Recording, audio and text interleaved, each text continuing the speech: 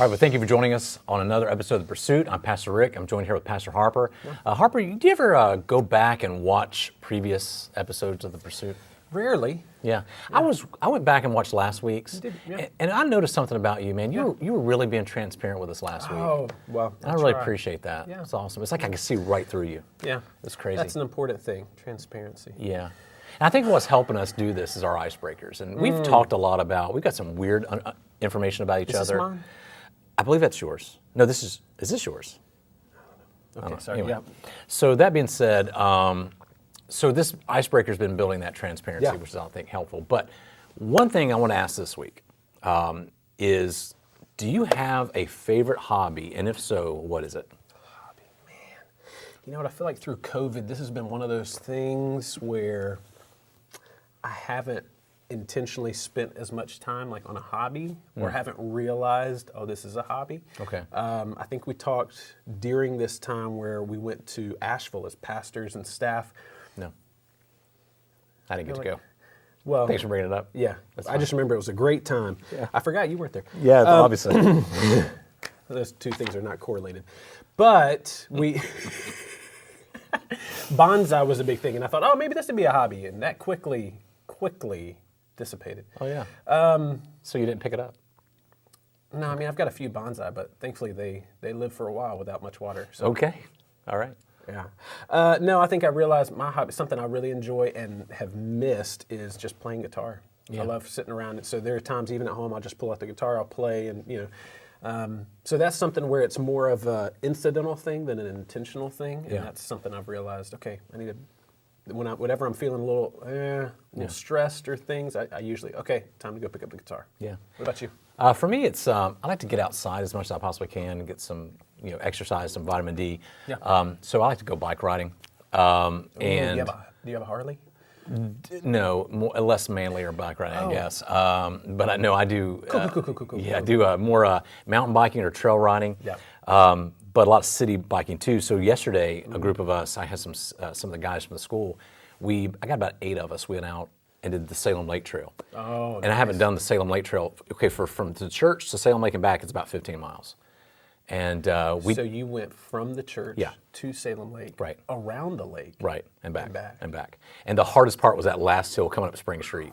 And those were the moments where, it was tough. And so anyway, we were coming back. But what I really respect on this trip is we had a kid on the group, and he let another guy borrow his bike. So he actually had to use a BMX bike that had no gears whatsoever. I didn't realize till almost the end of the trail that he had just been pedal harder. I felt so bad for the kid. I mean, not bad enough to give him my bike, but leaving him behind. But he kept up, and he was just pedaling his little heart out. I felt bad for him, but I love that kind, because if you ever done the Salem Lake Trail, yesterday the lake, there was a river there had been running over some stuff, so you have to like kick your feet up because it goes up. And I went in first, on the way back, and I was moving pretty quickly and stuck my legs up and everything, and pretty much from the waist down was soaking wet the rest of the way. But it dried off really fast, and it's just March here in North Carolina, so I'm sure it's fine. Oh man, It was good. It's a good time. wow. Yeah. Well, take some time now. Talk about this with your group. What's one of your hobbies that you enjoy?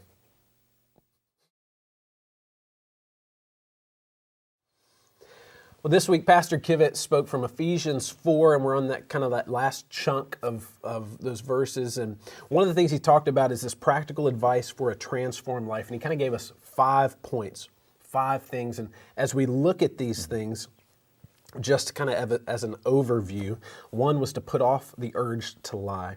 Second was be angry, but do not sin. Third was steal no more. And 4, stay away from evil conversation. And then finally, do not grieve the Holy Spirit. And so as we see these things, one of the things we want to talk about is, we could spend time on each individual one, but what do you find that you're kind of constantly having to regularly put off? And then also, what do you find you constantly have to put on? Almost kind of in this area, what's maybe the one thing that kind of hits you most or something? Yeah, and we know this question is going to be kind of sensitive in your group. You may, it's going to really open up. Hopefully, you've already had some lines of transparency. Well, we talked about this. This wasn't meant to be an exhaustive list. There's more things on here that we shouldn't be doing. It's not like this is meant to be said. Yeah, it's not like this is meant to be said. As long as you're not lying or being angry or whatever, you're fine. There's more things we're constantly having to evaluate. And I think it goes back, we've talked a lot about this with our Enneagram types. Oh, yeah. My Enneagram type is the type 2, the people helper, and I can be very quick to become a people pleaser.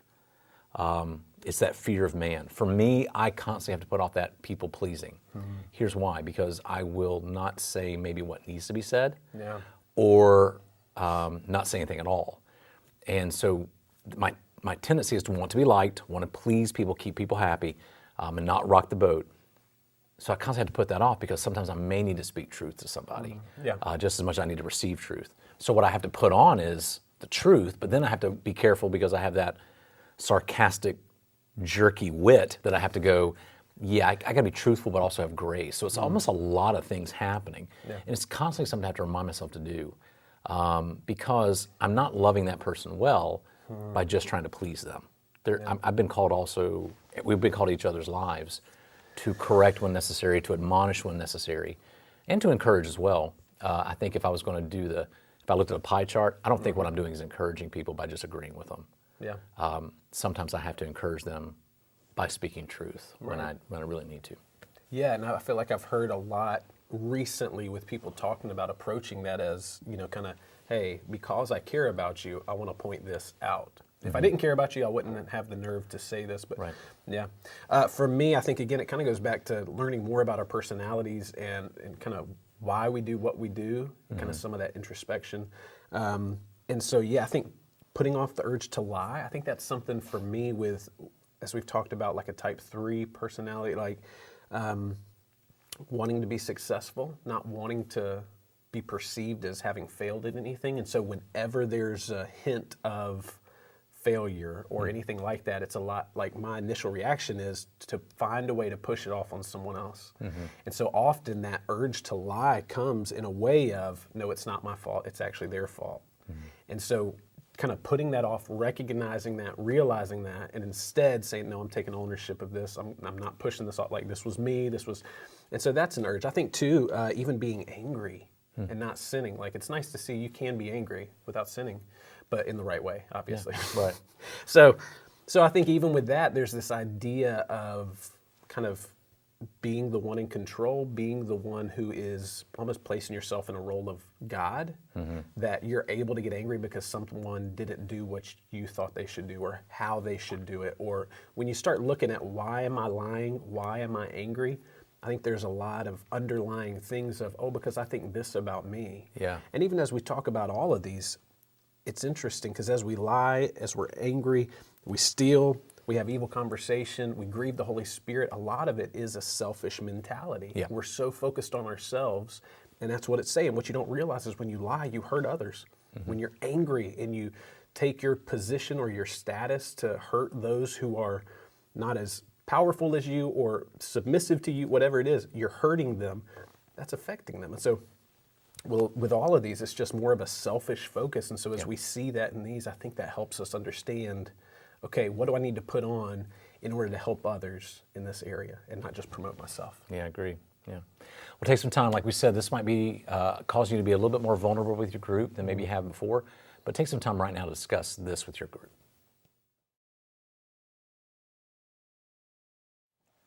Well, continuing on with kind of the question we looked at just a few minutes ago about what we need to put off and put on, you mentioned about all of these things we see in this text in Ephesians chapter 4, verse 25 through 30, that they all have a sense of selfishness. It's all about me. It's all about getting what I want out of it. So the thief steals because he feels like he needs to provide for himself.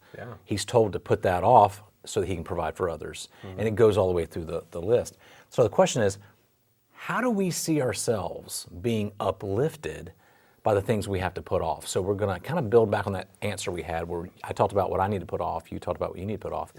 How do you see yourself as being magnified and uplifted in what you're having to put off? So I probably overstepped a little bit. Got a little trigger happy. That last question. It wasn't your fault. It wasn't your fault. It wasn't my fault. It was probably my fault. So glad we could work that out. Is that what you like? But as I'm listening to Pastor Kivett and I'm writing this down, I start to see the selfishness of this, and I just started writing out to like each of these 5 points, these summaries of what I'm seeing here, though. So I'm just going to go through this. This is just me personally, and I'm just kind of showing, again, transparency. Yeah, that's what it's about. But yeah, so number one, put off the urge to lie. I see that as a protection of self. I lie because I want to protect myself from the consequences of something that I've done. Being angry and do not sin, this the power of self. Again, I put myself up in this status or this role to be able to be angry at others because they are beneath me or because they have not done something to my standards, and almost like a godlike figure there. Steal no more, provide for myself, like you were talking about. If I don't trust God's going to provide for me, so I have to do it my way, and even though someone else has worked hard for this, I'm going to take it because I want it, and it shouldn't be a problem. Yeah. So providing for myself. Staying away from evil conversation, the promotion of self. And so I'm going to push others down, and as I push others down, I feel like I'm lifting myself up. But as people say, as the water rises, all ships are lifted. And so as we encourage and uplift, it's a beneficial thing for everybody. And then lastly, do not grieve the Holy Spirit. I thought of this as the perseverance of self. And so whereas the Holy Spirit's supposed to be a helper and come, give us the power we need by God, we're saying, no, I don't need him. I don't need the Holy Spirit. I can do it on my own. And so seeing ourselves uplifted in what we have to put off, it's really just me. Like, I can do it all. I don't have to follow the rules. I can get what I want an easier way without doing the work, without putting in the time, without dealing with the consequences. I can do all of this in my own way, and it's only impacting me, and you're becoming numb to how it impacts others. Yeah. As I'm listening to Pastor Kivett preach this week, I was thinking of the same idea, that how is this? What am I doing in my people pleasing? Am I wanting everybody to like me? What am I doing? And I was reminded by the prophet Jeremiah, where in Jeremiah he says, God says, my people have done two evils. They have forsaken me, the fount of living waters, where they can come for satisfaction to all their needs. And they've hewn cisterns, wells that are broken, they can't hold water. So like what I'm trying to hold on to in my people pleasing is that little broken cistern that's never going to satisfy me. It can't even hold water. So I'm looking for acceptance in people.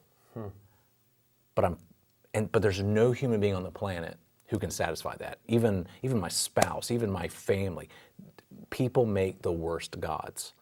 They are not meant to satisfy me. And when I try to get my satisfaction in them, I put pressure on them. So I'm being selfish in that sense too. So what I needed to remember is, my satisfaction needs to come from God. So for me, it's really neat. It's that the passage in Matthew 25 where Jesus tells the people, well done, my good and faithful servant, enter into the joy of your Lord. That phrase has to be is it about what Pastor Kivett says, or Pastor Harper says, or my wife says, or anybody else says about me? Does that really, in the scheme of eternity, matter if at the end I don't get, if it's not well done, good and faithful servant? And sometimes that's going to involve me standing up to people who may be going the wrong way, if I don't do that out of my fear of them and wanting them to like me, I'm really going after the wrong praise. My praise needs to come from the one who saved me and made me his. And he made me his to, as what Titus tells me, to do things for, in a sense, honor him, not honor myself or get notoriety out of it. Well, and what's interesting is I've read a book, and it kind of touches on some of this in a way. And what's interesting is in these cisterns that we keep going back to, or in these things that we're talking about, okay, we've got to put off, or idols, anything we have in our lives like that. The thing is we have found somewhat of satisfaction in them at some point. It doesn't provide satisfaction fully. It doesn't provide satisfaction all the time, but it works sometimes, and it's enough to keep us coming back. And so in this book, he references it like the mice pressing the pedal for a pellet. They don't give the mice a pellet every single time, or else he'll get bored. They do it intermittently, and that mouse will keep pushing it forever, even if it never gets another one, because at one time it did, and he thinks, I'm going to get a pellet eventually. And so in that same way, we keep going back to these broken cisterns, to these idols. We keep going to these things, and we feel the urge to lie. We feel the urge to be angry because it worked at some point. It gave us some kind of satisfaction, so it's really again, trusting in ourselves over God. Yeah. God, did you really say this? Yeah. I don't believe it because I found satisfaction in this way at this point, and I think I can find it again on my own without you. Yeah, C.S. Lewis in his book, The Weight of Glory, says that. He says it's not that our desires are wrong, they're just too shallow. Yeah. We're satisfied with a mud puddle when God has a vacation by the sea waiting on us. Yeah. And he says it's not that desires are bad, they're just too shallow. And I think that's with me. These things I have to put off, those are my shallow desires where I feel like I'm getting satisfaction from them when in reality I haven't gone to the vacation that God has for me. Yeah. Man. Well, take some time now and ask this for yourself and for your group. Share this. How do we see ourselves being uplifted in the things we need to put off?